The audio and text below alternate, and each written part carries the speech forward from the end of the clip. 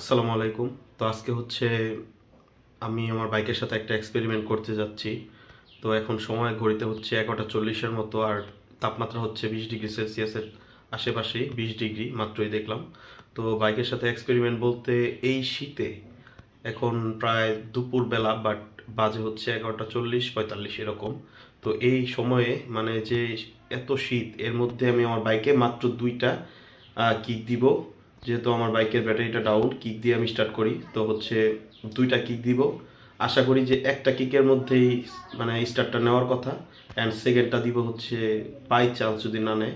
তো এই এক্সপেরিমেন্টটা করব আমি, যে যাতে আমার বাইকের কি কন্ডিশন, তা আমি খুব আশাবাদী যে এক কিকে স্টার্ট হওয়ার কথা। তো চলেন নিচে যাই, গ্যারেজে যাই, তারপর আপনাদের সাথে ব্যাপারটা শেয়ার করি।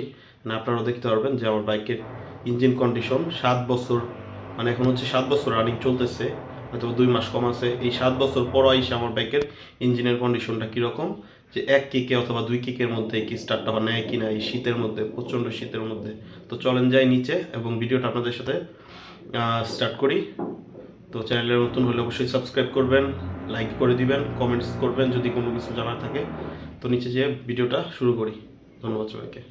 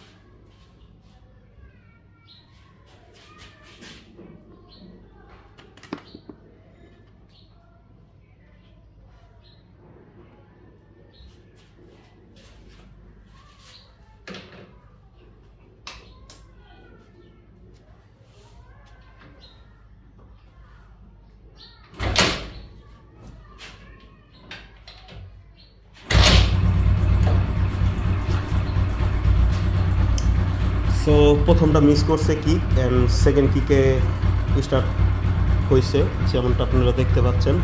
আমার মনে হচ্ছে যে প্রথম কিকটা মনে হয় আমার দেয়াই হয়নি।